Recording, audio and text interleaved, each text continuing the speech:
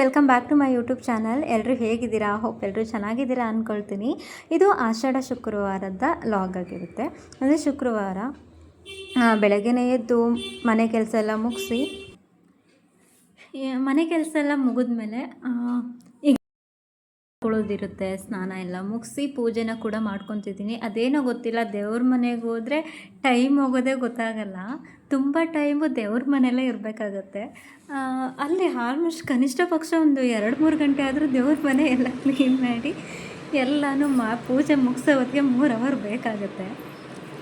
ಅಂತೂ ಇಂತೂ ಎಲ್ಲ ಪೂಜೆ ಎಲ್ಲ ಮುಗಿಸಿ ಸಿಂಪಲಾಗಿ ಅಲಂಕಾರನ ಮಾಡಿ ದೇವರಿಗೆ ನೈವೇದ್ಯ ಕೂಡ ಇಟ್ಟು ಈ ರೀತಿಯಾಗಿ ಶುಕ್ರವಾರದ ಪೂಜೆನ ಮಾಡ್ಕೋತಿದ್ದೀನಿ. ಹಾಗೆಯೇ ಇವತ್ತು ಕೆಲವೊಂದು ದೇವಸ್ಥಾನಗಳಿಗೂ ಕೂಡ ಹೋಗೋದಿದೆ. ಯಾಕೆ ಯಾವಾಗಲೂ ದೇವಸ್ಥಾನ ಅದೇನೋ ಗೊತ್ತಿಲ್ಲ, ಶುಕ್ರವಾರ, ಗುರುವಾರ, ಶನಿವಾರ ಇದೆಲ್ಲ ಬಂದಾಗ ದೇವಸ್ಥಾನಕ್ಕೆ ಹೋಗ್ದಲೇ ಇರೋಕ್ಕಾಗಲ್ಲ. ಹೋಗ್ತಾ ಇರ್ತೀನಿ, ಅರ್ಧ ಟೈಮೆಲ್ಲ ನಾನು ದೇವಸ್ಥಾನದಲ್ಲೇ ಕಳೀತೀನಿ. ಮತ್ತು ಮನೇಲಿ ದೇವ್ರ ಪೂಜೆ ಮಾಡೋದು ಇದರಲ್ಲೇ ಸ್ವಲ್ಪ ಟೈಮ್ ಆಗೋಗ್ಬಿಡುತ್ತೆ. ಇದಾಗ್ತಾನೆ ನನಗೆ ತಿಂಡಿ ತಿನ್ನೋಕ್ಕೂ ಕೂಡ ನೆನಪೇ ಆಗೋಲ್ಲ, ಅಷ್ಟು ಸ್ವಲ್ಪ ಬ್ಯುಸಿ ಈ ಥರ ಆಗಿಬಿಡ್ತದೆ. ಟೈಮ್ ತುಂಬ ಕಮ್ಮಿ ಇರೋ ಥರ ಫೀಲ್ ಆಗುತ್ತೆ ನನಗೆ. ನಾನು ಕೂಡ ಈಗ ದೇವ್ರ ಪೂಜೆ ಎಲ್ಲ ಮುಗಿಸ್ಕೊಂಡು ಈಗ ಪ್ರತಿ ಶುಕ್ರವಾರ ಅಂದರೆ ಈ ಆಷಾಢದಲ್ಲಿ ಒಂದು 3 ದಿನ ಅಥವಾ 9 ದಿನ ಹೀಗೆ ದೇವಸ್ಥಾನಕ್ಕೆ ಹೋಗಿ ನಿಂಬೆಹಣ್ಣು ದೀಪನ ಹಚ್ಚಿ ಬರ್ತೀನಿ. ನಾನು ಎಲ್ಲರೂ ಚಾಮುಂಡೇಶ್ವರಿ ದೇವಸ್ಥಾನ, ದುರ್ಗಾ ಪರಮೇಶ್ವರಿ ದೇವಸ್ಥಾನ ಎಲ್ಲ ಕಡೆಯೂ ಹಚ್ಬೋದು. ನಾನಿಲ್ಲಿ ಹೋಗ್ತಾ ಇರೋದು ನಮ್ಮ ಕಾಳಿಕಾಂಬ ದೇವಸ್ಥಾನಕ್ಕೆ. ಇಲ್ಲಿ ಬಂದು ಕಾಲು ತೊಳ್ಕೊಂಡು ಒಳಗಡೆ ಹೋಗ್ತಾಯಿದ್ದೀನಿ. ಏಕೆಂದರೆ ನನಗೆ ಏನೋ ಒಂಥರ ವೈಬ್, ದೀಪ ಹಚ್ಬಿಟ್ಟು ಬಂದರೆ ಆಮೇಲೆ ಆ ತಾಯಿನ ನೋಡೋದೇ ಒಂದು ಖುಷಿ ಆಯಿತಾ. ಒಂದೊಂದು ದಿನವೂ ಒಂದೊಂದು ಥರ ಅಲಂಕಾರ ಇದೆ. ಇಲ್ಲ ಆಗಲೇ ಎಲ್ಲರೂ ಹಚ್ಚಿಡ್ತಾಯಿದ್ರು, ನಿಂಬೆಹಣ್ಣು ದೀಪನ ಹಚ್ಚಿ ದೇವ್ರ ಮುಂದೆ ಬೆಳಗ್ಗೆ ಹೊರಗಡೆ ಇಡ್ತಾಯಿದ್ರು. ನನಗೆ ಸ್ವಲ್ಪ ಟೈಮ್ ಆಗಿಬಿಡ್ತು. ನಾನಿವತ್ತು ಬಂದಿದ್ದು ಸ್ವಲ್ಪ ಟೈಮು ಆಯಿತು ಅಂದ್ಕೋಬೋದು. ಒಂದು 11:30ಗೆ ಬಂದರೆ ಸರಿಯಾಗಿಬಿಡುತ್ತೆ, ಟೈಮ್ ಪಕ್ಕಾ ಸರಿಯಾಗುತ್ತೆ. ಅಥವಾ ಒಂದು 11 ಗಂಟೆಗೆ ಬಂದರೆ ಸರಿಯಾಗುತ್ತೆ. ಈ ರಾಹುಕಾಲ ಇರೋ ಟೈಮಲ್ಲಿ ನಿಂಬೆಹಣ್ಣು ದೀಪನ ಹಚ್ಚೋದು ತುಂಬ ಒಳ್ಳೆಯದು ಅಂತ ಹೇಳ್ತಾರೆ. ಹಾಗಾಗಿ ಇಲ್ಲಿ ಬಂದು ನೋಡ್ತೀನಿ, ಫುಲ್ ಅಲಂಕಾರ ಮಾತ್ರ ಸಖತ್ತಾಗಿತ್ತು ಇವತ್ತು ಅಂತಲ್ಲ, ಯಾವಾಗಲೂ ಚೆನ್ನಾಗಿರುತ್ತೆ. ಬಂದ ತಕ್ಷಣ ಏನೋ ಒಂಥರ ಕಳೆದೋಗಿರೋ ಥರ ಆಗಿಬಿಡುತ್ತೆ. ಸರಿ ಅಂತ ಹೇಳಿ ನಾನು ಫಸ್ಟು ಪ್ರದಕ್ಷಿಣೆನ ಹಾಕ್ತಾಯಿದ್ದೀನಿ. ಫಸ್ಟಿಗೆ ಅಲ್ಲಿಂದ ಬಂದು ಕಮಟೇಶ್ವರ ದೇವಸ್ಥಾನನ ನೋಡಿ ಅವ್ರಿಗೆ ನಮಸ್ಕಾರ ಮಾಡಿ ಆಂಜನೇಯ ಸ್ವಾಮಿ ದರ್ಶನ ಕೂಡ ಆಗುತ್ತೆ. ಒಂದೇ ಇದರಲ್ಲಿ ಕಾಳಿಕಾಂಬ ದೇವಸ್ಥಾನದಲ್ಲಿ ಎಲ್ಲ ದೇವರುಗಳು ಕೂಡ ಇದ್ದಾರೆ. ಎಲ್ಲರನ್ನು ನೋಡಿ ನಮಸ್ಕಾರ ಮಾಡಿ, ಹಾಗೆ ನಮ್ಮ ಗಣೇಶ ದೇವರು ಕೂಡ ಇದ್ದಾರೆ, ಅವ್ರಿಗೂ ಕೂಡ ನಮಸ್ಕರಿಸಿ ಇವತ್ತಿನ ದಿನನ ಸ್ಟಾರ್ಟ್ ಮಾಡೋದು. ಹಾಗೆಯೇ ದೀಪನ ಹಚ್ಚೋದು ತುಂಬಾ ಒಳ್ಳೆಯದು ಅಂದ್ಕೊಳ್ತೀನಿ. ತುಂಬಾ ಚೆನ್ನಾಗಿರುತ್ತೆ, ಏನೋ ಒಂಥರ ಫೀಲ್ ಆಗುತ್ತೆ ಈ ಥರ ಎಲ್ಲ ಬಂದು ದೇವಸ್ಥಾನಕ್ಕೆ ಬಂದು ದೀಪ ಹಚ್ಚೋ ವೈಬೇ ಬೇರೆ. ಇವತ್ತಿನ ದಿನ ಈ ಥರ ಆಯಿತು. ಹಾಗೆ ಸ್ವಲ್ಪ ಇವತ್ತು ದೀಪ ಎಲ್ಲ ಹಚ್ಚೋದು ಮುಗಿಸಿ ಫ್ರೆಂಡ್ ಮನೆಗೆ ಕೂಡ ಹೋಗೋದಿದೆ. ನಾನಿವಾಗ ಈಗ ಮೊದಲನೇ ಶುಕ್ರವಾರದಿಂದನೇ 2 ಹಚ್ಚಬೇಕು. ಮೊದಲನೇ ದಿನ ಸ್ಟಾರ್ಟ್ ಮಾಡಿದಾಗಲೇ 2ನ ಹಚ್ಚಬೇಕು ನಿಂಬೆಹಣ್ಣು. ಅದಾದಮೇಲೆ ಒಂದೊಂದು ಏರಿಸ್ಕೊತ ಹೋಗ್ತಾ ಇರಬೇಕು. ನಾನಿಲ್ಲಿ ಮೊದಲನೇ ದಿನ 2ನ್ನ ಹಚ್ಕೊಂಡಿದ್ದೆ, ಅಂದರೆ 4 ದೀಪ ಆಗುತ್ತೆ. ಈಗ 3ರಿಂದ ಸ್ಟಾರ್ಟ್ ಮಾಡ್ತಾಯಿದ್ದೀನಿ. 3 ದೀಪ ಈ ರೀತಿ ಮಾಡ್ಕೊಂಡು ಹೋಗಬೇಕು. 9 ವಾರ ಹಚ್ತೀರಾ ನೋಡಿ, 9 ವಾರನೂ ಹಚ್ಕೋಬೋದು, ಇಲ್ಲ 3 ವಾರ ಹಚ್ಕೋಬೋದು. ಈ ಥರ ನಾನಿವಾಗ ಇದು ನನಗೆ 2ನೇ ಶುಕ್ರವಾರ ಬೀಳ್ತು. ಈ 2ನೇ ಶುಕ್ರವಾರಕ್ಕೆ ಈ ಥರ ಮಾಡ್ಕೊಂಡಿದ್ದೀನಿ. ನಾನು ಇದು ಆಷಾಢ ಬಂದಾಗ ಪ್ರತಿ ಶುಕ್ರವಾರನೂ ನಿಂಬೆಹಣ್ಣು ದೀಪನ ಹಚ್ತೀನಿ. ನನಗೆ ಏನೋ ಒಂಥರ ಖುಷಿ ಆಗುತ್ತೆ ನಿಂಬೆಹಣ್ಣು ದೀಪನ ಹಚ್ಚೋದು ಅಂದರೆ. ನಿಂಬೆಹಣ್ಣು ದೀಪ ಆವತ್ತಿನ ದಿವಸ ಹಚ್ಚಿಲ್ಲ ಅಂದರೆ ಬೇಜಾರಾಗುತ್ತೆ. ಈಗ ದೀಪ ಹಚ್ಬಿಟ್ಟು ಬಂದರೆ ಏನೋ ಒಂಥರ ಮನಸ್ಸಿಗೆ ನೆಮ್ಮದಿ ಕೂಡ ಸಿಗುತ್ತೆ. ಈಗ ಫೈನಲಾಗಿ ನಾನೆಲ್ಲ ರೆಡಿ ಮಾಡಿಕೊಂಡು ಅಲ್ಲಿ ದೀಪ ನಿಲ್ತಾನೆ ಇರಲಿಲ್ಲ ಹಚ್ಚಲಿಕ್ಕೆ. ಸರಿ ಅಂತ ಹೇಳಿ ಈ ರೀತಿ ಹಚ್ಕೊತಾ ಇದ್ದೀನಿ. ತುಂಬಾ ಗಾಳಿಗೆ ಅದು ಹಚ್ತಾ ಇರಲಿಲ್ಲ, ಯಾಕೆಂದರೆ ದೇವಸ್ಥಾನದಾಗ ಫುಲ್ ಓಪನ್ ಥರ ಇರೋದ್ರಿಂದ ತುಂಬ ಗಾಳಿ ಇತ್ತು. ನಾನು ಇವಾಗ ದೀಪನ ಕೂಡ ರೆಡಿ ಮಾಡಿಕೊಂಡೆ. ಪಕ್ಕದಲ್ಲಿ ಯಾರಾದರೂ ಒಬ್ಬರು ಇದ್ದರೆ ಚೆನ್ನಾಗಿರ್ತೈತೇನೋ ಅನಿಸುತ್ತೆ, ಅಂದರೆ ವಿಡಿಯೋ ಮಾಡ್ಕೊಳ್ಳೋದಕ್ಕೆ. ನನ್ನ ಮಗ ಇರಲಿಲ್ಲ, ಮತ್ತು ಫ್ರೆಂಡ್ ಯಾರು ಬಂದಿದ್ದರು, ಹೆಲ್ಪ್ ಮಾಡ್ತಿದ್ರು. ನಾನಿವಾಗ ನಿಂಬೆಹಣ್ಣು ದೀಪನ ಹಚ್ಚಿ ಬೆಳಗಿದ್ದು ಕೂಡ ಆಯಿತು. ಬೆಳಗಿದ್ದೆಲ್ಲ ಆದಮೇಲೆ ಈ ತಾಯಿ ದರ್ಶನ ನೋಡಿ ನೀವು ದರ್ಶನ ಮಾಡ್ಕೊಳ್ಳಿ. ಸಾಧ್ಯ ಆದರೆ ಹಾಸನಕ್ಕೆ ಬಂದು ಕಾಳಿಕಾಂಬ ದೇವಸ್ಥಾನಕ್ಕೆ ಬಂದು ಹೋಗಿ, ತುಂಬಾ ವಿಶೇಷತೆ ಇರೋವಂಥ ದೇವಸ್ಥಾನ. ಈ ದೇವರನ್ನು ಕೂಡ ನೋಡಿ ಕಮಟೇಶ್ವರ ದೇವಸ್ಥಾನ. ಇಲ್ಲೂ ಕೂಡ ತುಂಬಾ ಅದ್ಭುತವಾದಂತಹ ಅಲಂಕಾರನ ಮಾಡಿದ್ದಾರೆ. ನಾನಿವಾಗ ಇಲ್ಲಿ ಎದುರುಗಡೆ ದೀಪ ಎಲ್ಲ ಬೆಳಗಿದ್ದಾದ್ಮೇಲೆ ಇಲ್ಲಿ ತಾಯಿನ ಕೂರಿಸಿರ್ತಾರೆ. ಅಲ್ಲೂ ಕೂಡ ನಾನು ಆರತಿನ ಮಾಡ್ತೀನಿ. ಆರತಿನ ಮಾಡಿ ಮನೆಗೆ ಮನೆಗೆ ಹೋಗಿ ಬಂದೆ. ಈಗ ನಾನು ತಿಂಡಿ ತಿಂದಿಲ್ಲ, ಇನ್ನು ತಿಂಡಿ ತಿಂದು ಅಡುಗೆ ಸ್ಟಾರ್ಟ್ ಮಾಡ್ಕೋಬೇಕು. ಇವತ್ತು ಮಧ್ಯಾಹ್ನಕ್ಕೆ ಏನು ಅಡುಗೆ ಮಾಡೋದು ಅಂದ್ಕೊಂಡಿದ್ದೀನಿ. ಇವತ್ತು ಮಧ್ಯಾಹ್ನಕ್ಕೆ ಅಡುಗೆ ಬಂದು ಸೊಪ್ಪು ತೊಗೊಬಂದಿದ್ದೆ ಬೆಳಗ್ಗೆನೇ ಮಾರ್ಕೆಟ್ಗೆ ಹೋಗಿ. ಈಗ ಸೊಪ್ಪೆಲ್ಲ ಕ್ಲೀನ್ ಮಾಡಿ ಸಾಂಬಾರು ಮಾಡಿ ಮುದ್ದೆ ಮಾಡಿ ರೈಸ್ ಮಾಡಬೇಕು. ಹಾಗೆ ಇವತ್ತಿನ ಲಾಗ್ ಕಂಟಿನ್ಯೂ ಆಗುತ್ತೆ, ಶುಕ್ರವಾರದ ಲಾಗು. ಮತ್ತು ನನಗೆ ನಿಂಬೆಹಣ್ಣು ದೀಪ ಹಚ್ಬಿಟ್ಟು ಬರೋದು ಒಂದು 9 ವಾರ ಇದು ಮಾಡ್ಕೊಂಡಿದ್ದೀನಿ. ಒಂದು 9 ವಾರ ಆಷಾಢ ಟೈಮಲ್ಲಿ ಹಚ್ತೀನಿ. ಮಿಸ್ ಮಾಡಲ್ಲ, ಯಾವಾಗಲೂ ಮಿಸ್ ಮಾಡಲ್ಲ. ಕರೆಕ್ಟಾಗಿ ನನ್ನ ಕೈಯಲ್ಲಿ ಆದಷ್ಟು ಒಂದು 9 ದಿನ ನಾನು ದೀಪನ ಹಚ್ಬಿಟ್ಟು ಬರ್ತೀನಿ. ಕಾಳಿಕಾಂಬ ದೇವಸ್ಥಾನಕ್ಕೆ ಹೋಗಿ ಹಚ್ಬಿಟ್ಟು ಬಂದರೆ ಏನೋ ಒಂಥರ ರಿಲ್ಯಾಕ್ಸ್ ಅನಿಸುತ್ತೆ. ಇವಾಗ ಸ್ವಲ್ಪ ಮೈಂಡು ಫ್ರೀ ಆಯಿತು. ಬೆಳಗ್ಗೆನೇ ಪೂಜೆ ಎಲ್ಲ ಮುಗಿಸಿ ಮಕ್ಕಳನ್ನ ಸ್ಕೂಲಿಗೆ ಕಳಿಸಾದ್ಮೇಲೆ ನಮ್ಮ ಕೆಲಸ ಸ್ಟಾರ್ಟ್ ಆಗುತ್ತೆ. ಎಲ್ಲ ಕೆಲಸನೂ ಮಾಡಿ ಅಂಗಡಿಗೆ ತಿಂಡಿನ ಕೊಟ್ಟು ಕಳಿಸಿ ಇವಾಗ ನಾನು ಕೂಡ ಪೂಜೆ ಎಲ್ಲ ಮುಗಿಸಿ ಹೋಗಿ ಬಂದಿದ್ದಾಯಿತು.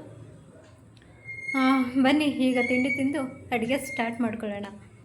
ಇವಾಗ ಸ್ವಲ್ಪ ಗೊಜ್ಜು ಹಂಗೆ ಉಳ್ಕೊಂಡ್ಬಿಟ್ಟಿತ್ತು, ಅದನ್ನು ಚಿತ್ರಾನ್ನ ಚೆನ್ನಾಗಿದೆ. ನಾನಿಲ್ಲಿ ಪ್ಲೇಟ್ಗೆ ಹಾಕೊತಿದ್ದೀನಿ. ತುಂಬ ಚೆನ್ನಾಗಿದೆ ಚಿತ್ರಾನ್ನ ಇವತ್ತು. ನಿಂಬೆಹಣ್ಣು ಖಾರ ಎಲ್ಲ ಜಾಸ್ತಿ ಆಗಿ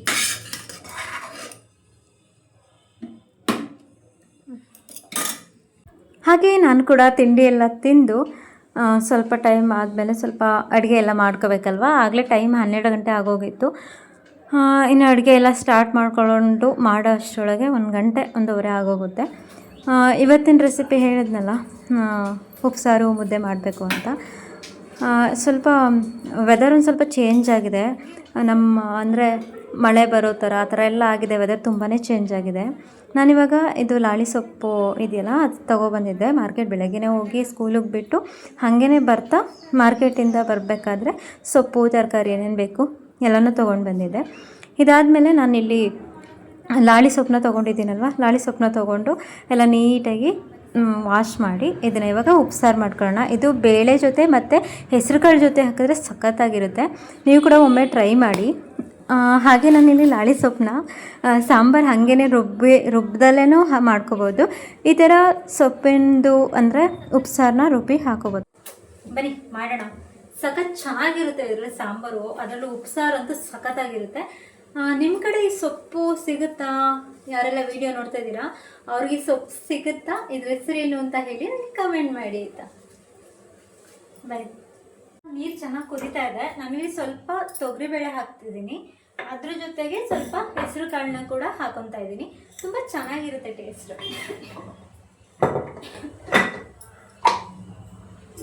ಸ್ವಲ್ಪ ವಾಶ್ ಮಾಡ್ಕೊಳ್ಳೋಣ. ವಾಶ್ ಮಾಡ್ಕೊಂಡು ಹಾಕೊಂಡ್ರೆ ಚೆನ್ನಾಗಿರುತ್ತೆ.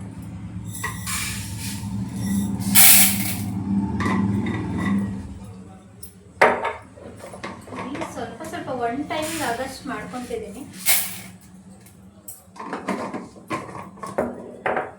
ಇದಿಷ್ಟನ್ನು ನಾನು 2 ಕಾಳನ್ನ ತೊಗೊಂಡಿದ್ದೀನಲ್ವ, ವಾಶ್ ಮಾಡ್ಕೊತೀನಿ.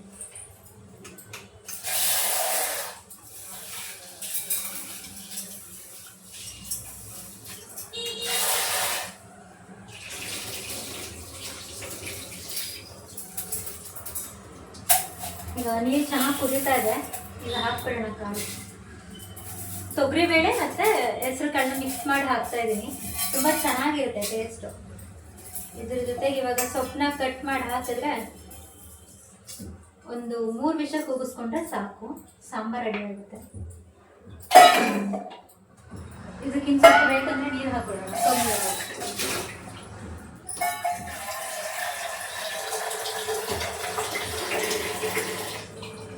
ಸ್ವಲ್ಪ ನೀರನ್ನ ಹಾಕೊತ ಇದ್ದೀನಿ. ಸ್ವಲ್ಪ ನೀರು ಕಮ್ಮಿ ಆಗುತ್ತೆ.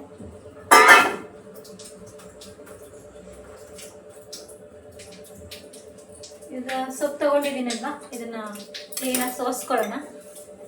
ಇದೆಲ್ಲೆಲ್ಲಿ ತಲೆ ಇಟ್ಬಿಡೋಣ.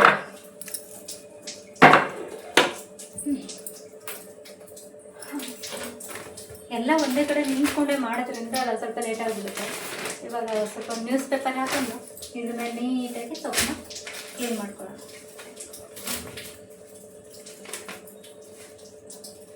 ಟೈಮ್ ತುಂಬ ಆಗೋಗಿದೆ.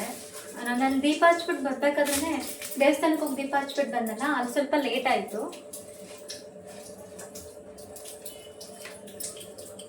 ಸದ್ಯ ಈ ಟೈಮ್ ಆಷಾಢ ಟೈಮಲ್ಲಿ 12 ಗಂಟೆ 12:30 ತನಕ ಓಪನ್ ಇರುತ್ತೆ. ಬಾಕಿ ಟೈಮಲ್ಲಿ ಶುಕ್ರವಾರ ಇರುತ್ತಲ್ಲ, ಆವಾಗ ಸ್ವಲ್ಪ ಬೇಗನೆ ಕ್ಲೋಸ್ ಮಾಡ್ತಾರೆ ದೇವಸ್ಥಾನ.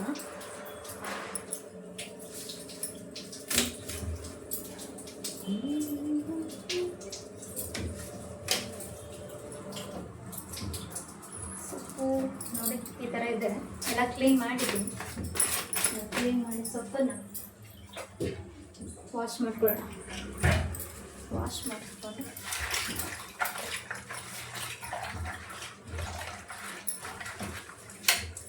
ನೀಟಾಗಿ ವಾಶ್ ಮಾಡ್ಕೊತೀನಿ.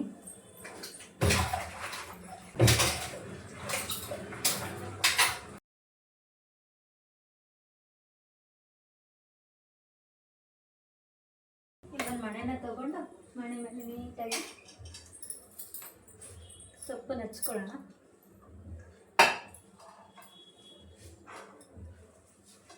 ಸಣ್ಣ ಸಣ್ಣದಾಗಿ ಹೆಚ್ಕೋಬೇಕು. ಸಣ್ಣ ಸಣ್ಣದಾಗಿ ಹೆಚ್ಕೊಂಡಾಗ ಸೊಪ್ಪು ಬೇಯಲಿಕ್ಕೂ ಸರಿಯಾಗುತ್ತಲ್ವಾ.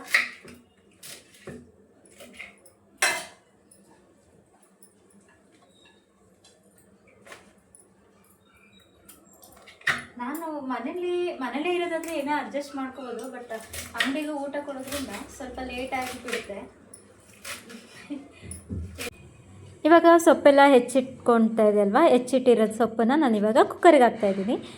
ಈಗ ಬೇಳೆನೂ ಸ್ವಲ್ಪ ಬೆಂದಿತ್ತು, ಅದ್ರ ಜೊತೆಗೆ ಸೊಪ್ಪನ್ನು ಹಾಕಿ ಒಂದು 2-3 ವಿಜಲ್ ಕೂಗಿದ್ರೆ ಸಾಕಾಗುತ್ತೆ. ತುಂಬ ಚೆನ್ನಾಗಿ ಸೊಪ್ಪು ಮತ್ತು ಹೆಸರು ಕಾಳು ಬೇಳೆ ಎಲ್ಲ ಚೆನ್ನಾಗಿ ಬೇಯಬೇಕು. ಚೆನ್ನಾಗಿ ಬೆಂದಾಗ ಮಾತ್ರ ಟೇಸ್ಟ್ ಸಖತ್ತಾಗಿರುತ್ತೆ. ಹಾಗೆ ನಾನು ಕೂಡ ಈ ಥರ ಮಾಡ್ಕೊತಾ ಇದ್ದೀನಿ. ನೀವು ಕೂಡ ಉಪಚಾರ ಮಾಡ್ತೀರಾ ಇದೇ ಥರ ಮಾಡೋದಂತ ಹೇಳಿ ಕಮೆಂಟ್ ಹಾಕಿ. ನಾವು ಸ್ವಲ್ಪ ವೆಜ್ ಆಗಿರೋದ್ರಿಂದ ಬರೀ ಸೊಪ್ಪಿನ ಸಾಂಬಾರು ಬರೀ ಇದೇ ಆಗಿಬಿಡುತ್ತೆ. ಏನು ಮಾಡೋದು ಅಡುಗೆನ ತಿಂಡಿನ ಅಂತಲೇ ಗೊತ್ತಾಗಲ್ಲ. ಆದರೂ ಕೂಡ ಇವತ್ತು ಒಂದು ಸ್ವಲ್ಪ ಏನೋ ಒಂಥರ ವೈಬು. ಶುಕ್ರವಾರ ಗುರುವಾರ ಬಂದರೆ ಏನೋ ಒಂಥರ ವೈಬ್ ಚೆನ್ನಾಗಿರುತ್ತೆ. ಇವತ್ತು ನಾನು ಕೂಡ ಬೇಗ ಕೆಲಸ ಎಲ್ಲ ಮಾಡಿಕೊಂಡ್ರೆ ಒಂದು ಸ್ವಲ್ಪ ಸಂಜೆ ಹೊತ್ತಿಗೆ ಫ್ರೀ ಆಗ್ಬೋದು ಅಂತೇಳಿ. ಎಷ್ಟು ಮಾಡಿದ್ರೂ ಕೆಲಸ ಮುಗಿಯೋದೇ ಇಲ್ಲ, ಕೆಲಸ ಮಾಡ್ತಾನೇ ಇರಬೇಕಾಗುತ್ತೆ. ಈಗ ಹೊರಗಡೆ ಹೋಗಿ ಬಂದ್ರೂ ಕೆಲಸ ಆಗೋಲ್ಲ. ತುಂಬ ಎಲ್ಲ ಮನೆ ಕೆಲಸ ಅಂದರೆ ಎಲ್ಲ ಒಂದಕ್ಕೊಂತ ಒಂದು ಎಲ್ಲ ಪೆಂಡಿಂಗ್ ಉಳಿದ್ಬಿಡುತ್ತೆ. ಸರಿ ಅಂತ ಹೇಳಿಬಿಟ್ಟು ನಾನಿವಾಗ ಅದನ್ನೆಲ್ಲ ರೆಡಿ ಮಾಡಿಕೊಂಡೆ. ಈಗ ಮೆಣಸಿನ್ಕಾಯಿ ಚಟ್ನಿನ ರುಬ್ಕೊಳ್ಳೋಣ. ಅದಕ್ಕೆ ಸ್ವಲ್ಪ ಕೊತ್ತಂಬರಿ ಸೊಪ್ಪು, ಬೆಳ್ಳುಳ್ಳಿ, ಹುಣಸೆಹಣ್ಣು, ಉಪ್ಪು, ಜೀರಿಗೆ ಇಷ್ಟನ್ನು ಕೂಡ ಹುರಿದ್ಬಿಟ್ಟು ಅದನ್ನು ಗ್ರೈಂಡ್ ಮಾಡ್ಕೋಬೇಕು. ಅಂದರೆ ಸಣ್ಣದಾಗಿ ಪೇಸ್ಟ್ನ ಮಾಡ್ಕೋಬೇಕಾಗುತ್ತೆ. ಈ ಸಾಂಬಾರು ಸೊಪ್ಪು ಇದ್ದರೆ ಪುದೀನ ಸೊಪ್ಪನ್ನು ಕೂಡ ಹಾಕೊಬೋದು, ತುಂಬಾ ಚೆನ್ನಾಗಿರುತ್ತೆ. ಏನು ಗೊತ್ತಾ, ಈ ಸಾಂಬಾರು ಸೊಪ್ಪೆಲ್ಲ ಒಳ್ಳೆ ಘಮ ಬರ್ತಾ ಇರುತ್ತೆ. ಇಲ್ಲಿ ಬೆಂಗಳೂರಲ್ಲಿ ನಮ್ಮ ಅಕ್ಕನ ಮನೆಗೆ ಹೋಗಿದ್ದೆ, ಅಲ್ಲಿ ಸೊಪ್ಪು ತಗೊಬಂದಿದ್ರು, ಅದರಲ್ಲಿ ಏನು ಘಮ ಅನ್ನೋದೇ ಇರಲಿಲ್ಲ ಆಯಿತಾ. ಯಾಕೆ ಈ ಥರ ಅಂತ ಅನ್ನಿಸ್ಬಿಡುತ್ತೆ ಒಂದೊಂದ್ಸತಿ. ನಮ್ಮ ಅಕ್ಕ ಇಲ್ಲಿಗೆ ಬಂದಾಗ ಹೇಳ್ತಾಯಿದ್ರು, ಈ ಸೊಪ್ಪೆಲ್ಲ ಎಷ್ಟು ಘಮ ಅನ್ನುತ್ತೆ, ಅಲ್ಲಿ ಘಮ ಅಂತಲೇ ಬರೋದಿಲ್ಲ ಅಂತ ಹೇಳಿ. ಹಾಗೆ ನಾನಿಲ್ಲಿ ಒಂದು ಜಾರಿಗೆ ಅಂದರೆ ಸಾಂಬಾರು ಸೊಪ್ಪನ್ನು ಕೂಡ ಹಾಕೋತಾ ಇದ್ದೀನಿ. ಅದಕ್ಕೆ ನಾನು ಹುರಿದಿಟ್ಕೊಂಡಿರುವಂಥ ಮೆಣಸಿನ್ಕಾಯಿ ಮತ್ತು ಜೀರಿಗೆ, ಬೆಳ್ಳುಳ್ಳಿ, ಉಪ್ಪು ಇಷ್ಟನ್ನು ಕೂಡ ಹಾಕ್ಕೊಂಡು ಫೈನ್ ಪೇಸ್ಟ್ನ ಮಾಡ್ಕೋಬೇಕು. ನಾನಿಲ್ಲಿ ಈ ಥರ ಸಣ್ಣದಾಗಿ ರುಬ್ಕೊಂಡಿದ್ದೀನಿ. ಇದು ಸಾಂಬಾರು ಜೊತೆ ಮಿಕ್ಸ್ ಮಾಡಿ ಸ್ವಲ್ಪ ನಿಂಬೆಹಣ್ಣನ್ನು ಹಾಕ್ಕೊಂಡು ಮುದ್ದೆ ಜೊತೆ ಊಟ ಮಾಡಿದ್ರೆ ತುಂಬಾ ಚೆನ್ನಾಗಿರುತ್ತೆ. ನೀವು ಕೂಡ ಇದೇ ಥರ ಮಾಡೋದಾ ಅಂತ ಹೇಳಿ ಕಮೆಂಟ್ ಬಾಕ್ಸಲ್ಲಿ ಕಮೆಂಟ್ ಹಾಕಿ. ಹಾಗೆ ಇವತ್ತಿನ ದಿನ ಒಂದು ದಿನ ಈ ಥರ ಅಡುಗೆ ಎಲ್ಲ ಮಾಡಿ ಎಲ್ಲ ಮಾಡ್ಕೊಂಡು ಮಾಡೋ ಹೊತ್ತಿಗೆ ತುಂಬಾ ಟೈಮ್ ಆಗೋಗ್ಬಿಡುತ್ತೆ. ಎಷ್ಟು ಬೇಗ ಟೈಮ್ ಆಗುತ್ತೆ ಅಂದರೆ ಹೇಳೋಕ್ಕೆ ಆಗೋಲ್ಲ, ಅಷ್ಟು ಬೇಗ ಟೈಮ್ ಆಗೋಗ್ಬಿಡುತ್ತೆ. ಈ ಕಡೆ ಚಟ್ನಿ ಕೂಡ ರುಬ್ಬಿದ್ದಾಯಿತು, ಅದನ್ನು ಎತ್ತಿಟ್ಕೊಂಡಿದ್ದೀನಿ. ನಾನು ಆಗಲೇ ವಿಸಲ್ ಕೂಗಿಸ್ಕೊಂಡೆ ಅಲ್ವಾ, ಅದನ್ನು ಕೂಡ ತೆಗ್ದಿಟ್ಟಿದ್ದೀನಿ. ನೋಡಿ ಈ ರೀತಿ ಬೆಂದಿದೆ ಸೊಪ್ಪು ಮತ್ತು ಬೇಳೆ ಈ ಥರ ಆಗಿದೆ. ಅದನ್ನು ಒಂದು ತಟ್ಟೆಗೆ ಹಾಕಿ ಹಾರಲಿಕ್ಕೆ ಬಿಡೋಣ. ಒಂದು ಸ್ವಲ್ಪ ಹೊತ್ತಾದಮೇಲೆ ರುಬ್ಕೊಂಡ್ರೆ ಆಯಿತು. ಈ ರುಬ್ಬಿರೋದನ್ನು ಮತ್ತೆ ನಾನು ಅದು ಸಾಂಬಾರು ಅಷ್ಟು ಎತ್ತಿಟ್ಕೊಂಡಲ್ಲ ಅದ್ರ ಜೊತೆಗೇ ಹಾಕಿ ಮಿಕ್ಸ್ ಮಾಡ್ತೀನಿ. ನಿಮಗೆ ಯಾವ ಕನ್ಸಿಸ್ಟೆನ್ಸಿ ಬೇಕು ಸಾಂಬಾರು ಆ ಥರ ನೀವು ಮಾಡ್ಕೊಬೋದು.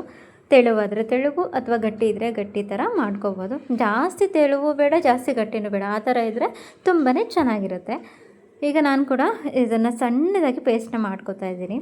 ಇದನ್ನು ಮಾಡ್ಕೊಂಡಿದ್ದಾದಮೇಲೆ ಮತ್ತು ಆ ಕುಕ್ಕರ್ ಒಳಗಡೆ ಹಾಕಿದ್ರೆ ಮುಗೀತು, ಸಾಂಬಾರು ರೆಡಿ. ಅಲ್ಲಿಗೆ ಒಂದು ಸ್ವಲ್ಪ ರುಚಿಗೆ ತಕ್ಕಷ್ಟು ಉಪ್ಪು, ಒಂದು ಲೈಟಾಗಿ ಒಂದು ಒಗ್ಗರಣೆ ಕೊಟ್ಟರೆ ನೋಡಿ ಉಪ್ಸಾರು ರೆಡಿ ಆಗುತ್ತೆ. ಇವಾಗ ನಾನು ಕೂಡ ಇವಾಗ ಅದೇ ಕುಕ್ಕರಿಗೆ ಇದು ರುಬ್ಕೊಂಡಿದ್ದೆ ಅಲ್ವಾ, ಅದನ್ನು ಹಾಕ್ತಾಯಿದ್ದೀನಿ. ಸೊಪ್ಪನ್ನೆಲ್ಲ ರುಬ್ಬಿದ್ನಲ್ಲ ಅದನ್ನು ಹಾಕಿ ಮಿಕ್ಸ್ ಮಾಡಿ ನಿಮಗೆ ಎಷ್ಟು ಪ್ರಮಾಣದಲ್ಲಿ ನೀರು ಬೇಕು ಅಷ್ಟನ್ನು ನೀವು ಹಾಕ್ಕೊಳ್ಳಿ. ನಾನು ನೀಟಾಗಿ ಜಾರೆಲ್ಲ ತೊಳೆದ್ಬಿಟ್ಟು ನೀಟಾಗಿ ಹಾಕ್ಕೊತಾ ಇದ್ದೀನಿ. ಇವಾಗ ಸ್ವಲ್ಪ ಅದರಲ್ಲಿರೋ ಅಂಥದ್ದೆಲ್ಲನೂ ನೀಟಾಗಿ ತೊಳೆದು ಹಾಕ್ಕೊಂಡು ಒಂದು ಸ್ವಲ್ಪ ನೀರನ್ನ ಕೂಡ ಆ್ಯಡ್ ಮಾಡ್ಕೊತಿದ್ದೀನಿ. ಈ ಕಡೆ ರೈಸ್ ಕೆಟ್ಟಿದ್ದೆ ಅಲ್ವಾ, ಅದು ಕೂಡ ಆಯಿತು. ಇನ್ನೇನಿದ್ರು ಮುದ್ದೆ ಒಂದು ಮಾಡಿದ್ರೆ ನೋಡಪ್ಪ ಇವತ್ತು ಅಡುಗೆ ಮುಗೀತು. ಇದಾದಮೇಲೆ ಈ ಕಡೆ ಸಾಂಬಾರು ಕೂಡ ಕಂಪ್ಲೀಟಾಗಿ ರೆಡಿ ಆಯಿತು. ಸಾಂಬಾರು ನೋಡಿ ಈ ಥರ ಆಗಿದೆ ಸಾಂಬಾರು. ನೀವು ಹೀಗೆ ಮಾಡೋದಾ ಅಂತ ಹೇಳಿ ನಾನು ಇಷ್ಟೊಂದು ತೆಳು ಮಾಡ್ಕೊಂಡಿದ್ದೀನಿ. ಇನ್ನೂ ನೀರು ಹಾಕೊಬೋದು, ಅಷ್ಟು ಗಟ್ಟಿ ಇತ್ತು. ಲಾಸ್ಟಿಗೆ ಒಂದು ಒಗ್ಗರಣೆ ಕೊಟ್ಟರೆ ನೋಡಿ ಮುಗೀತು. ಉಪ್ಸಾರು ಪಕ್ಕ ರೆಡಿ ಆಯಿತು. ಟೇಸ್ಟ್ ಮಾತ್ರ ತುಂಬ ಚೆನ್ನಾಗಿತ್ತು. ಸೊಪ್ಪಿನ ಸಾರಲ್ಲಿ ಟೇಸ್ಟ್ ಯಾವ್ದು ಚೆನ್ನಾಗಿರಲ್ಲ ಹೇಳಿ. ಈ ಥರ ಮಾಡಿಕೊಂಡ್ರೆ ಇದಕ್ಕೆ ಸ್ವಲ್ಪ ತಟ್ಟೆಗೆ ಹಾಕ್ಕೊಂಡಾಗ ಸಾಂಬಾರನ್ನ ಅದಕ್ಕೆ ಸ್ವಲ್ಪ ನಿಂಬೆಹಣ್ಣು ಮತ್ತು ಚಟ್ನಿನ ಮಿಕ್ಸ್ ಮಾಡಿಕೊಂಡು ಮುದ್ದೆನ ಊಟ ಮಾಡಿದ್ರಾಯಿತು. ರಾಗಿ ಹಿಟ್ಟು ಸ್ವಲ್ಪ ಖಾಲಿಯಾಗಿಬಿಟ್ಟಿತ್ತು, ಹಾಗೆ ನಾನಿವಾಗ ಮೆಂತ್ಯದ ಹಿಟ್ಟು ಮಾಡಿಸಿ ಇಟ್ಕೊಂಡಿದ್ದೀನಿ. ನಮ್ಮ ಮನೆಯವ್ರಿಗೆ ಬೆಳಿಗ್ಗೆ ಟೈಮ್ ಮಾಡಿಕೊಡೋದು ಆ ಥರ ಎಲ್ಲ, ಅವರು ಮೆಂತ್ಯ ಮುದ್ದೆ ತುಂಬ ಇಷ್ಟಪಡ್ತಾರೆ. ಹಾಗಾಗಿ ಮೆಂತ್ಯ ಹಿಟ್ಟನ್ನು ಮಾಡಿ ಇಟ್ಕೊಂಡಿದ್ದೀನಿ. ಅದನ್ನೇ ಇವಾಗ ಊಟದ ಜೊತೆಗೆ ಮುದ್ದೆ. ಈಗ ಈ ಕಡೆ ಸಾಂಬಾರೆಲ್ಲ ರೆಡಿ ಆಯಿತು. ಸಾಂಬಾರನ್ನೂ ಎಲ್ಲ ಆಫ್ ಮಾಡಿ ಇವಾಗ ಮುದ್ದೆ ತಿರುಗಿ ಬಾಕ್ಸಿಗೆ ಹಾಕಿದ್ರೆ ಅಡುಗೆ ಎಲ್ಲ ಫುಲ್ಲು ಸಂಪೂರ್ಣವಾಗಿ ರೆಡಿ ಆಗುತ್ತೆ. ಇವಾಗ ಸ್ವಲ್ಪ ಹಿಟ್ಟನ್ನು ಕದ್ದುಬಿಟ್ಟು ಹಿಟ್ಟನ್ನು ಹಾಕ್ತಾಯಿದ್ದೀನಿ. ಅದನ್ನು ಹಾಕಿ ನೀಟಾಗಿ ಗಂಟಿಲ್ದಂಗೆ ತಿರ್ಕೊಬೇಕಾಗತ್ತೆ. ಜಾಸ್ತಿ ಇದು ಮಾಡ್ಕೊಳಕ್ಕೆ ಹೋಗ್ಬಾರ್ದು. ಒಂದು ಬಟ್ಟೆನ ಇಟ್ಕೊಂಡು ಚೆನ್ನಾಗಿ ಅಲ್ಲೇ ತಿರುಗಿಬಿಡ್ಬೇಕು. ಸ್ವಲ್ಪ ಉರಿನ ಜಾಸ್ತಿ ಮಾಡಿಕೊಂಡು ಒಂದು ಸ್ವಲ್ಪ ಚೆನ್ನಾಗಿ ತಿರುಗಿಬಿಟ್ಟು ಆಮೇಲೆ ಉರಿನ ಕಮ್ಮಿ ಮಾಡಿ ಒಂದು ಸ್ವಲ್ಪ ಹೊತ್ತು ಹಾಗೇ ಬೇಯ್ಲಿಕ್ಕೆ ಬಿಟ್ಟರೆ ಮುಗೀತು. ಮೆಂತ್ಯ ಮುದ್ದೆ ಚೆನ್ನಾಗಾಗುತ್ತೆ ಆಯಿತಾ. ನಾನು ಇಲ್ಲಿ ಮೆಂತ್ಯ ಮತ್ತು ಅಕ್ಕಿ, ಉದ್ದಿನಕಾಳು ಮತ್ತು ಇಷ್ಟನ್ನು ಕೂಡ ಹುರಿದ್ಬಿಟ್ಟು ಪೌಡರ್ ಮಾಡಿಸಿದ್ದೆ. ಇದ್ರ ಜೊತೆಗೆ ಗೋಧಿನೂ ಕೂಡ ಹಾಕಿದ್ದೀನಿ. ಗೋಧಿ ಸ್ವಲ್ಪ ರಾಗಿ ಎಲ್ಲವನ್ನು ಕೂಡ ಹುರಿದ್ಬಿಟ್ಟು ಪೌಡರ್ ಮಾಡಿಸಿದ್ದೆ. ತುಂಬ ಇವಾಗ ಮುದ್ದೆ ಕೂಡ ರೆಡಿ ಆಯಿತು. 2 ಮುದ್ದೆನ ಮಾಡಿ ನಾನಿವಾಗ ಬಾಕ್ಸ್ಗೆ ಹಾಕಬೇಕು. ನೋಡಿ 2 ಮುದ್ದೆ ಎಷ್ಟು ಚೆನ್ನಾಗಿ ರೆಡಿ ಆಯಿತು ಅಂತ ಹೇಳಿ ಬಾಕ್ಸಿಗೆ ಹಾಕಿ ಅಂಗಡಿ ಕೊಟ್ಬಿಟ್ಟು ನಾನು ನನ್ನ ಫ್ರೆಂಡ್ ಇಬ್ಬರು ಕೂಡ ಅವರು ದೇವಸ್ಥಾನಕ್ಕೆ ಬಂದಿರಲಿಲ್ಲ. ಅಂದರೆ ಹೊರಗಡೆ ಕ್ಲೋಸ್ ಆಗಿತ್ತು, ಒಳಗಡೆ ಇತ್ತು. ಹಂಗೇ ಹೋಗಿ ಅವರು ದರ್ಶನ ಮಾಡಿಕೊಂಡು ಇಲ್ಲಿ ಬಂದಿದ್ದರು. ನನ್ನನ್ನು ವೆಯ್ಟ್ ಮಾಡ್ತಾಯಿದ್ರು ಮನೆಗೆ ಕರ್ಕೊಂಡು ಹೋಗ್ಲಿಕ್ಕೆ ಅಂತ. ಅವರು ನಮ್ಮ ಮನೆ ಹತ್ರ ಬಂದಿದ್ದರು, ಬರಲಿಲ್ಲ ಮನೆಗೆ. ಇನ್ನೊಂದು ಸರಿ ಬರ್ತೀನಿ ಅಂತ ಹೇಳಿ ನನ್ನನ್ನು ಕರ್ಕೊಂಡು ಹೋಗ್ತಿದ್ದಾರೆ. ಸರಿ ಅಂತ ಹೇಳಿಬಿಟ್ಟು ಇಬ್ಬರು ಕೂಡ ನನ್ನ ಗಾಡೀಲಿ ಹೋಗೋಣ ಅಂತ ಹೇಳಿ ನಾನು ಈಗ ಗಾಡಿನಲ್ಲಿ ಅವರೊಂದು ಗಾಡಿನಲ್ಲಿ ನಾನೊಂದು ಗಾಡಿನಲ್ಲಿ ಅವ್ರ ಮನೆ ಹತ್ರಕ್ಕೆ ಹೋಗ್ತಾಯಿದ್ದೀವಿ. ಅವ್ರ ಮನೆ ಈಗ ರೀಸೆಂಟಾಗಿ 1 ಮಂತ್ ಆಗಿದೆ ಗೃಹ ಪ್ರವೇಶ, 1.5 ತಿಂಗಳಾಗಿದೆ ಗೃಹ ಪ್ರವೇಶ ಆಗಿ. ಇನ್ನವ್ರೇನೂ ಆ ಮನೆಗೆ ಇನ್ನೂ ಸೆಟ್ ಆಗಿಲ್ಲ. ಹಾಗೆ ಎಷ್ಟು ಸಿಂಪಲ್ಲಾಗಿ ಕೆಳಗಡೆನೇ ಇದೆ, ಮೇಲ್ಗಡೆ ಬಾಡಿಗೆ ಕೊಟ್ಟಿದ್ದಾರೆ. ತುಂಬ ಚೆನ್ನಾಗಿದೆ ಮನೆ. ಸಿಂಪಲ್ ಆಗಾದ್ರೂ ಕೂಡ ಲುಕ್ ವೈಸ್ ತುಂಬ ಚೆನ್ನಾಗಿದೆ. ನನಗಂತೂ ಮನೆ ನೋಡಿ ತುಂಬಾ ಖುಷಿ ಆಯಿತು. ಅಂದರೆ ಗೃಹ ಪ್ರವೇಶ ದಿನ ಬಂದಿದ್ವಿ, ಅಷ್ಟೊಂದಾಗಿ ಎಲ್ಲ ದೇವರೆಲ್ಲ ಕೂರಿಸೋದು ಏನು ಡೆಕೋರೇಟ್ ಮಾಡಿರಲಿಲ್ವಲ್ಲ, ಹಾಗಾಗಿ ಅಷ್ಟಕ್ಕಷ್ಟು ಅನಿಸ್ತಿತ್ತು. ನೋಡಿ ಇದು ಹಾಲು, ಇದು ಸ್ಟಾರ್ಟಿಂಗ್ ಬಂದ ತಕ್ಷಣ ಹಾಲು, ಅದಾದಮೇಲೆ ಕಿಚನ್ನು. ಇಲ್ಲೇ ದೇವ್ರ ಮನೆ ಕೂಡ ಮಾಡ್ಕೊಂಡಿದ್ದಾರೆ. ಇವತ್ತು ಕೂಡ ಅವರು ಚೆನ್ನಾಗಿ ಪೂಜೆ ಎಲ್ಲ ಮಾಡ್ಕೊಂಡಿದ್ದಾರೆ. ಇವತ್ತು ಅವರು ಬಂದು ಪಾಯಸ ಎಲ್ಲ ಮಾಡ್ತೀನಿ ಅಂತ ಕೂತಿದ್ದಾರೆ. ನಾನು ಬೇಡ ಅಂತ ಹೇಳಿದ್ರು, ಕೇಳ್ತಾನೆ ಇಲ್ಲ. ಆದ್ರೂ ಕೂಡ ಸಂಜೆ ಹೋಗಿದ್ದೇ ಗೊತ್ತಾಗಲಿಲ್ಲ, ತುಂಬ ಟೈಮ್ ಅಲ್ಲೇ ಇದ್ವಿ. ಇದಾದಮೇಲೆ ನಾವು ಸ್ವಲ್ಪ ಅಲ್ಲೇ ವಿಡಿಯೋ, ರೀಲ್ಸು ಪ್ರತಿಯೊಂದನ್ನು ಕೂಡ ಮಾಡಿದ್ವಿ. ಇವ್ರ ಮನೆ ದೇವ್ರ ಮನೆ ನೋಡಿ ಎಷ್ಟು ಚೆನ್ನಾಗಿದೆ. ಮತ್ತು ಇದು ಕಿಚನಲ್ಲಿ ಬಂದು ಈ ಥರ ಎಲ್ಲ ಲೈಟಿಂಗ್ಸ್ ಎಲ್ಲ ಹಾಕಿದ್ದಾರೆ ಡಿಸೈನಾಗಿ.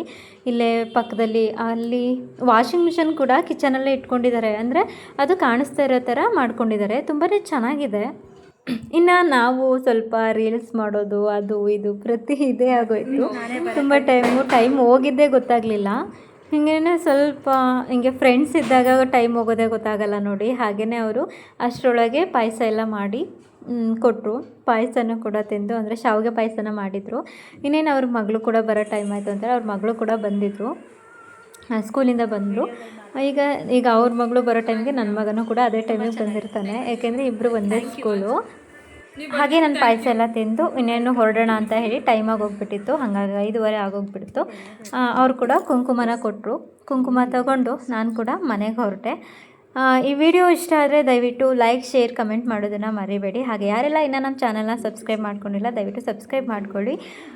ಹಾಗೆ ಇನ್ನು ಸ್ವಲ್ಪ ದಿನ ಆದಮೇಲೆ ಇವರು ಕೂಡ ಚಾನಲ್ ಕಂಟಿನ್ಯೂ ಮಾಡ್ತೀನಿ ಅಂತ ಹೇಳಿದ್ದಾರೆ. ಅವ್ರಿಗೂ ಕೂಡ ಸಪೋರ್ಟ್ ಮಾಡಿ. Thank you so much. ಈ ವಿಡಿಯೋ ನೋಡಿದ ಎಲ್ಲರಿಗೂ ಕೂಡ ಧನ್ಯವಾದಗಳು. ಬಾಯ್ ಎಲ್ರಿಗೂ.